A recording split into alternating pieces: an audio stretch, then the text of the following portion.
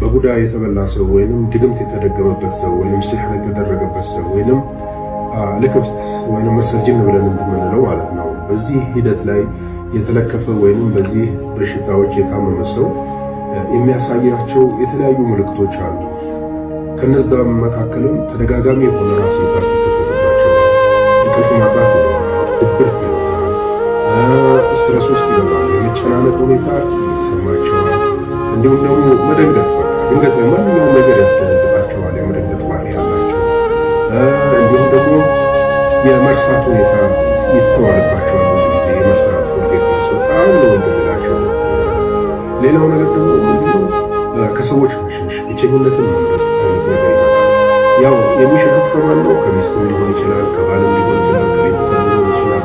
ብቸኝነትን የማስመረጥ ሁኔታ ነው የሚታየው። ራሳቸውን ገለልተኛ ነው ያገላሉ። ራሳቸውን የማግለል ሁኔታ የሚስተዋልባቸው ማለት ነው። ሌላው ደግሞ ምንድነው የሚሆኑት? ለዲን ቦታ አይሰጡም። የነበራቸው የዲን ነሻጣ ኢባዳ ላይ ሊሆን ይችላል፣ ሰላትም ላይ ሊሆን ይችላል፣ ዚክርም ላይ ሊሆን ይችላል፣ እንዲሁም ደግሞ ቲላወተል ቁርአንም ሊሆን ይችላል። ሃይማኖታዊ የሆኑ ነክ ነገሮችን ሁሉ እየቀነሱ ነው የሚሄዱት። እያስጠላቸው ይሄዳል ማለት ነው። ሌላው ከተጨማሪ ደግሞ ምንድነው አስፈሪና አስደንጋጭ ህልሞችን የማሳየት ሁኔታ አለ። በቃ እንቅልፍ አይወስዳቸውም። ከወሰዳቸውም ደግሞ የሆነ የመቀባዠር ሁኔታ፣ ቅዠት ነገር፣ እንዲሁም ደግሞ የሚያዩት አስፈሪና አስደንጋጭ ህልሞችን የሚያዩትን ሁሉ ጠዋት ላይ ለሰው ላውራው ቢሉ የሚጨበጥ ነገር አይሆንም። ብትን ያለ ነገር ነው የሚሆነው። ስለዚህ እነዚህ ነገሮች ይስተዋላል እነሱ ላይ። ሌላው የሐዘን ስሜት ይሰማቸዋል፣ ሐዘን ይሰማቸዋል። አንዳንድ ጊዜም አልቅሺ አልቅስ የማለት ስሜትም ይመጣል። አንዳንድ ጊዜም ደግሞ በጩኸት ስሜታቸውን የሚገልጹበት ሁኔታ አለ። ማለት ጩሁ የማለት ሁኔታ ነገሮች ይከሰታሉ። ሌላው ነገር የውስጥ እግር ማቃጠል አይነት ነገር አለ። የመገጣጠሚያ ላይ ህመም አለ። እንዲሁም የወገብ ላይ ህመም ስሜት ይስተዋልባቸዋል። እንዲሁም ጆሮ የመጮህ ሁኔታ፣ አይን ብዥ የማለት ሁኔታ፣ ግንባር የመክበድ ሁኔታ፣ ትከሻቸውም የመክበድ ሁኔታም ሊያሳዩ ይችላሉ።